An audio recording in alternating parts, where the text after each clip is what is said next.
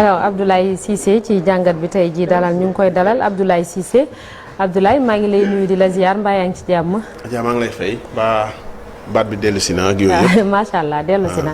xam nga ni kontaan nga de koor gi li ci des bëreetul dernière ligne droite non ñun kay dañu. bu ma la gisee laa xam ne da ngaa kontaan. dañu bëgg a saaraan sax benn yoon quoi vraiment. koor gi dinañu nga ni plainte pour diffamation dafa xew. ne ko koor gi dinañu wéetal mais ma teel a wax koor gi dinañu wéetal ndax li ci des bëreetul waaye nag. nañu sax ci gunge bi. gan gu baax la woon. gan gu mat gan la. gu mat a gunge gan googu buy dem dañ koy gunge. Maodo Malick. moytu cee wéet rek ci plateau bi. El Hadj Malick waaw au moins juróom-benn fi ñu gunge ba yoon bi xaaj daal. waaw lu am solo la. Malick ni mu hésité nii laataa mu lay tontu. am solo la ça veut tout dire. boo fekkoon sama kër di nga réew a sonn. maanaam bu ñu tollee ci war wàcc dama faa fecc yu metti ci war wàcc. déet waay laa may waa kër gi ñoom ñëpp a daanu ci suuf gan goo xamul fu mu jëm fu koy gunge. tarkalla rek wàññil ko yoon rek. tarkalla rek comme xam ñeme na fa mu jëm. ngelaw lu neex di la ëpp mën ko wax mais biir bi réew mi tàng na lool.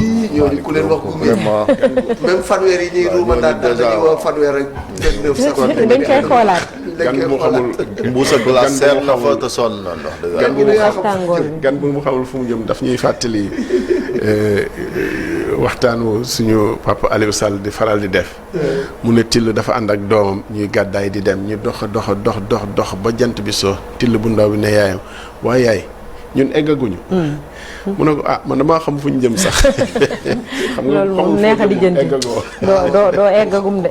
koo xamul fu mu jëm neexut a gunge. waaye nañu gunge rek incha allah 6 jours bëriwul Abdoulaye Cissé alors Abdoulaye ñu egsi ci jàngat bi tey jii da ngaa bëgg a taxaw ci bésub démb mu yemoo woon 17 avril démb moo doon procès en appel diggante Ousmane Sonko ak Mame Mbaye Niang ñu fàttali ni première instance dañ koo tegoon daan ñaari weeru kaso yu mu tëddul ak ñaari téeméer millions dommages et intérêts waaye procès en appel bi démb renvoyé nañ ko ba le 8 mai yow da nga jàpp ni peut-être que quelqu'un s'est trompé ci bés boobu noonu c'est assez énigmatique lan nga bëgg a wax foofu Abdoulaye. waaw am na ku nërmeelu.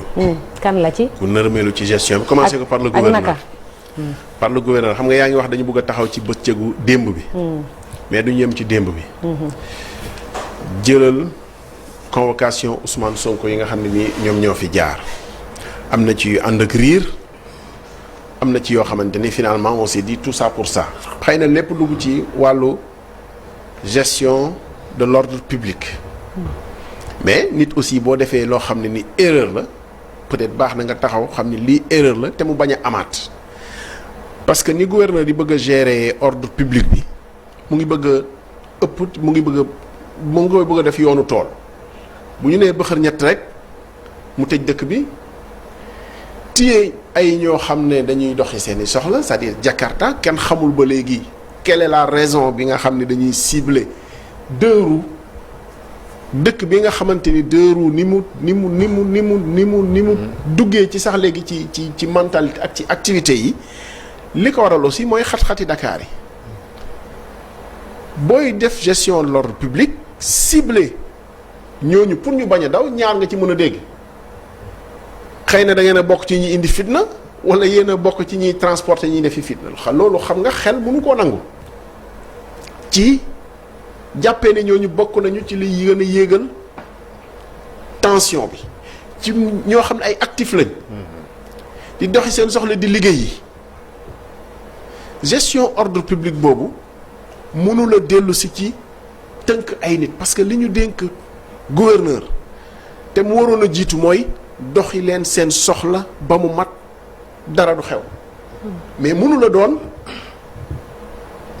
mënuma assurer sécurité bi tëju leen loolu moom te dafay bëgg a bëri c'est pas la première fois mu def ko li koy won ni sax njuumte la vraiment boo ko defee ba yow nga natt ko ci 24 heures 17 heures ba nga demee gis nga ni nit ñi sonnal nañ seen bopp boo xamante ni génn nañu ba finalement en milieu de journée nga lever mesure bi c'était excessif c'est disproportionné et ça ne répond pas à l'enjeu de préservation de l'ordre public dénkuñu ko mu tënk nit ñi li ñu ko dénk mooy mu wattu kaarange gi nag yow soo ko mënul a def doo ko teg ci kay nit ñi gis nga principe liberté wu dem ak dikk circulation sax la na principe bu am solo libre circulation li naan des personnes et des biens loolu. mais loolu moo jiitu ci lépp gis nga yow bu soo mënul a def li ngay def doo xañ nit ñi seen i droit ak seen i liberté surtout nag ci ñoo xam ne dañuy farata la ñuy doxi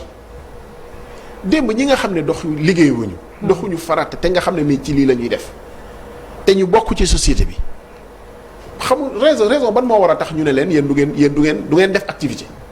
stigmatisation y a pas de raison dafa baaxul quoi parce que la majeure partie xale yi ñu ci bëri Ablaye dañuy daan seen doole et puis ay gor lañu yu nga xam ne dañuy wut lu ñu suturloo donte am na ci ay brebis galeuses xëy na dañ jàpp ni xale yi ñooy dem jëndi essence ñëw taal ak lu ni mel alors que la majeure partie loolu soxalu leen pourquoi tënk leen aussi est-ce que du discrimination. mais Malick nekk ci manifestation sax wax dëgg fa yàlla xëy na ña koy def defe naa ni du scooter waaw. scooter yi da ngay gis ñuy fër yi doxi seen soxla mais munoo jàpp ne nit ki scooter lay manifester nit ñi di transporter wu nag ça mais nit ñi di transporter wu foo xam ne am nañu ci droit mais loolu munoo tënk nit ñi mu ngi mel ni sax nga gàttandu nit ñi depuis seen buntu kër ne du ngeen génn parce que manifestation dafa am ça ne se présume pas ci ne nit ki day yàqi wala day defi leneen loolu kenn du ko présumer ci njortal ko nit wala njortal nit ni ñii bu ñu génnee mooy tax fitna am j'espère que ci évaluation am jàppul ni am na succès démb parce que c'est une catastrophe. mais lan moo waroon nekk taxawaayam kon Ablaye Cissé taxawaayam gis nga même en situation de guerre enjeu wu décideurs yi mooy continuer à vaquer tranquille à vos occupants état bu fort loolu lay def. parce que c'est défaitiste en fait d'assurer la sécurité. c'est défaitiste ci tëj nit ñi. pour yaakaar ni assurer nga sécurité bi. dans l'évaluation c'est est-ce que tëj nit la tamit parce que si. le segment est-ce que tëj nit la par rapport peut-être bu ñu jëlee exemple Covid-19 bi malgré interdiction gouverneur bi par rapport au Jakartaman. On voit qu'il y a quand même des gens qui vont et qui viennent donc peut-être groupuscule personne boobu noonu les Jakartamen. xëy na loolu. waxuma dama leen xeeb. c'est des livreurs. xeebuma leen. ñëpp on vit de la livraison. man Saalum laa borom dëru. man dëru dama leen di défendre. borom dëru dama leen di défendre. nekk ci jamonoy fête goo xamante ni ci wàllu livraison. mais je veux dire il fut un temps y a pas trop il y a quelques années en arrière. bokkul woon suñu culture de transport en tout cas à Dakar les deux roues en tout cas commercialement parlant. est-ce que mën nañ jàpp ne tëj leen dafay fekk ne dañuy tëj dans l'aspect général li nga xamante ne moom mooy lié aux manifestations est-ce que tamit les autorités ne sont pas mieux renseignées que nous ne font-elles pas mieux de prévenir que de guérir.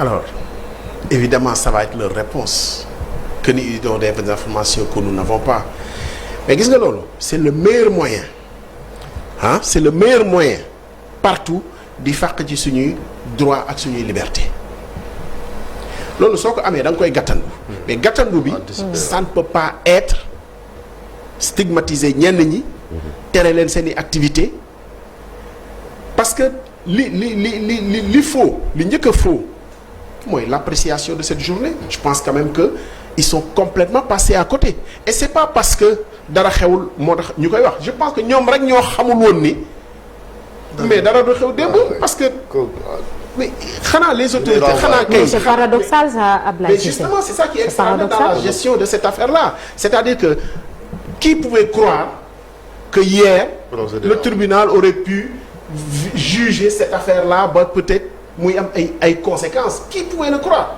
honnêtement on en a discuté fii kenn xalaatu woon ni su démb dana ñëw àtte mbir mi xanaa ñoom rek ñoo ko xamul et c'est ça le problème en fait. parfois mais Ablaye les conséquences c'est pas seulement parfois après le jugement gis nañ fi loo xamante ni balaa sax ñu yegg tribunal jotoon na am ay troubles. mais on doit tous et ça j'incite tout le monde. on doit tous être là à dire que la gestion de l'ordre public du ànd ak fàq ci liberté wu ñoo xamante ni jotewuñu dara dañuy doxi seeni soxla. pour dem liggéeyi ñooñu à la limite da nga leen war a préserver ñu dem doxi ko ci yoon mais boo jàppee ni même boo jàppee ni am na ci ñoo xamante ni ci segment boobu la justement la généralisation pour wax ni comme am nañu ci nekk kon yéen ñëpp la loolu baaxul da ngay fexe ñi nga xam ne ñoom dañuy doxi seen soxla doxi farata ñu defi ko ci jàmm mais bañ a jàpp ni parce que am na ci ñaar ñett wala ñeneen. Pourquoi d'ailleurs on assimile les Jakartamen à quelque chose qui favorise? Il y a pas de raison et noonu la ñuy créer ay problèmes yoo xam ne existé wul. parce que li ñu def nii lan nga ciy dégg ci jakartaman yi lan nga ciy dégg ñoom la wala ñoom ñooy transporter wala ñoom dañu bokk ci liy indi non il faut justement l'État a les moyens te prouver nañ ko à suffisance ah c'est comme l'histoire des manifestations prouver nañ ni mën nañu encadrer manifestation te coow du jib bal du tàkk dara du ci xew parce que aussi li fi jaar ci la ñuy mën a juger saa yi bu ñu ko defee dara du xew mais donc faut favoriser ces mais méthodes là. muy ay mesures yoo xamante ni même buñ ko mënee tuddee sax abus de pouvoir bu doon réew moo xamante ni institution yi dox na les victimes gis nañ association livreurs yeeg deux roues yi xëy na bu doon justice baa nga dox ñu saisir ko attaqué dogalu gouverneur bi mën na leen a jox dëgg. gis nga Chérif loolu daf ñuy dellu si waat ci principe séparation des pouvoirs évidemment balaa mu doon neex ñu mën a attaquer décision gouverneur pour abus de pouvoir wala leneen ak leneen ak leneen pour que nit ñi mën a am seeni exercice de plein droit de leur liberté nga gis tribunal bu casser décision bi mais boo ko defoon sax du njort parce que am na fi amati fi mën nañoo xaar sax ba mu pare ñu doon a statuer loolu amatul sens référé bi bu ñu ko defoon ca il faut se donner les moyens aussi tout à fait d'exercer la justice mais justice du justice globalement ah mooy autorité beeg judiciaire beeg mooy pouvoir commandement territorial bi ñoom ñëpp laa ci boole ku nekk li nga yor mën nga ko yor avec jalousie mais ku ne war ngaa mën a freiner sa morom ci boo xamante ni fi mu nekk jaarul yoon. mais doon na baax parce que autorité judiciaire moo mënoon a delloo citoyen yi. seen i droit pour ñu xam ni mais ñun lan lañu ci ba ngeen ñuy teree doxi suñuy soxla. mais da ngeen ñu yoreel sax. assurer suñu sécurité en tout temps et en tout lieu. mais justement Ablaye Cissé li Chérif di wax naan am nañu possibilité dem attaquer décision boobu ngir am dëgg ça passe peut-être par benn étape maanaam ñu formaliser wu bu ñu nekkee ci benn xañ na mbootaay boo xam ne dinañ xam ne ñii li mooy seen liggéey am ay immatriculation am carte professionnelle organisée wu de telle sorte que yu mel ni bu amee bu ñuy jàppee ni dañuy salfaañi seen àq ak seen yelleef ñu mën a dem kalaame ko ngir mën cee am dëgg n'est-ce pas. naata loolu c'est la vérité mais xam nga. ça rejoint une autre problématique. fii on ne règle jamais les problèmes. oui Jakarta yi lu ne jaar na fi ci ñoom dem nañu tere leen fi. ne Jakarta warul daw Dakar. oui waaye aussi. pour def transport. waaye aussi légitimer nañ leen ci regrouper Jakarta yi devant le président de la République ba di leen jox l'argent public. di leen ko séddale mais koo dem ba di ko jox argent public di ko sédd kay mooy reconnaître nga ko. existence am promesse bi nga xam ne président promettre na leen ko. pour en vue de leur régularisation mooy seen immatriculation yi président daf leen a promettre ne ci diir danañ ko defal gratuitement. joxoon na leen 400 millions je pense ci Covid. ba léegi sottiwul mooy fii du ñu régler problème yi en fait en temps dañuy bàyyi. di ko déplacer di dajale di muy déplacer wu parce que contexte la peut-être politique la peut-être gis nañu lii force la donc nañu naxanteeg ñoom. mais régler le problème de fond dégg naa léegi ci élément journal bi am na expert bu xëy ne 500 000 Jakarta nekk Dakar waru doon sax waxi expert parce que Jakarta buy daw di Dakar dafa am fichier boo xam ne fa la ñuy xamee c'est-à-dire immatriculation la jarul du woon sax waxi expert mu naan ci sama xalaat nangam non Jakarta dañ ko mën a xayma nañu xool ñaata ñoo bindu mu jeex beneen mbir Ablaye démb Dakar dem dikk demul ñooñu bu ma leen tuddal waaye si parce que aussi ci transport bi am na rôle bu am solo buñ ciy joué te ñoom dafa mel ni dañoo xubbeeku balaa ñuy lakkale wala boog li olof di wax kun dëbin rey sa maam boo gisee lu ñuul daw Ousmane Sonko la ñuy àtte ci tribunal ba bële passé am na ay bis yu ñu ci lakkoon démb ñu ne benn du daw zéro bis loolu tamit est-ce que du fitna boobu ñu yaakaaroon di mooy am moo leen yóbbee perte bu ngand boobu parce que une journée sans dem sans dikk loolu ay chiffres yu ngand la ci koom-koomu Dakar dem dikk. gis nga Malick. Dakar dem dikk dafa yàpp sénégalais yi mais waxuma sax Dakar dem dikku tey bi parce que du benn du ñaar en plein Covid bi ñuy war a yóbbu enseignants yi la sax nga xam ne ñëpp mobilisé wu pour dem. deuxième séquence bi aussi bi ñu nekkee ci situation boo xamante affaire yi débordé woon na def naa ci jour yi ñu amee pic yi la woon Dakar dem dikk décidé ne par des mesures de sécurité day téye ay busam ay kaaram gis nga loolu dafa yomb trop ci ku ñu jox délégation de service public transport dañu ko yoreel nit ñi du bu leen neexee ñu def ko bu leen neexul ñu def ko dañu ko yoreel nit ñi service public la ni nga xam ne nii par force damaa war a am ndox ni la ko état yorelee noonu la yorelee santé par force bu ma feebaree damaa war a mën a dem ci centre de santé wala hôpital wala district ni ko état warloo noonu la ñu warloo aussi déplacement wu nit ñi ci service boo xam ne dañ koy mettre en place. waaye nit ñi tamit war a préserver outil boobu mais di ko lakk aussi teguñu ko fenn. Malick nit doo wàcc li nga xam ne nii moom nga moom.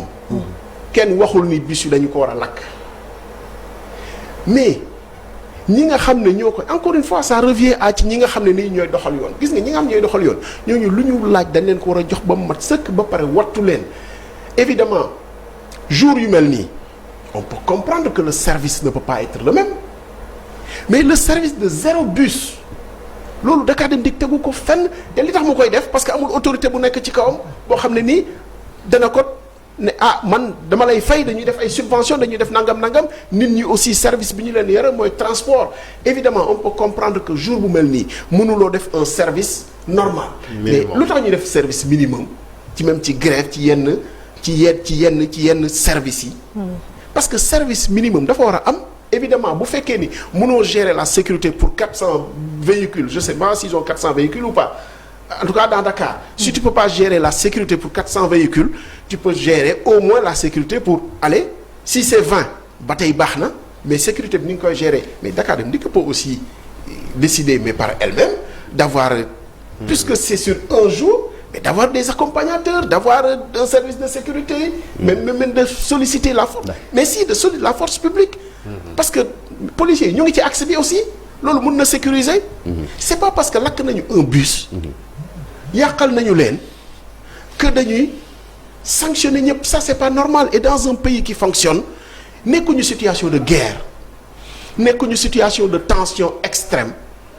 C'est-à-dire parfois da ngay yaakaar ni bloqué comme gi quoi. autorités yi ñoo am intérêt sax pour faire monter cette tension aidé aussi par la presse tu ne comprends pas c'est-à-dire démb finalement fi ñu seentoon affaire ak fi ñu dal et loolu rek laay wax j'espère que jàppuñu ni c'est parce qu'ils ont bien géré que non il y avait rien en réalité voilà il faut arrêter il y a des jours où il y a de la tension mais même quand il y a de la tension ok l'État est suffisamment fort aussi pour préserver. La sérénité, commandant. Mais il n'y a pas de sérénité malheureusement. Alors oui, ça me pousse à poser une autre question Abdoulaye Cissé. Jakarta, Dakar Dem Dikk, est-ce que bu ñu paralyser entre guillemets secteur transport yu mel noonu beneen firndeel la c'est que malgré tout ce qui a été fait tout ce qu'on nous a vendu en tout cas en termes d'investissement ci wàllu transport alternative yi doyul dans ce genre de situation finalement au Sénégal en général.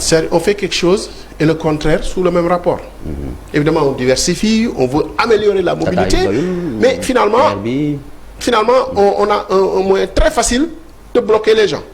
J'espère demain le BRT et après demain le TER on peut pas ci yu mel nii di bloquer nit ñi ci loo xam ne aussi nañ ko loolu c'est très important dañ ñu ko yoreel en fait en réalité nangu nañu ni kenn warul taal évidemment su fekkee ni bëri nañu à l'extérieur ci jouru tension évidemment bu ñu demoon ba dëkk bi di tàkk jaxasoo mais bien sûr que xalaatoo génne bus et ça c'est un droit des salariés en fait ce qu'il faut comprendre il y a ce qui est le droit des salariés à faire un droit de retrait qui est reconnu par la législation nga ne ma sécurité n'est pas assurée moi je fais un droit de retrait et le droit de retrait il peut être soit individuel parce que le chauffeur de bus kayaase nañu ko mu ne man sama sécurité wóorul wala je suis choqué je rentre au dépôt ou alors ça peut être aussi un mot d'ordre du syndicat mais même dans ce cas-là c'est par un engagement individuel en fait le droit de retrait ne peut pas être un mot d'ordre comme de grève. Mais direction générale aussi mën na ko jël laay aussi.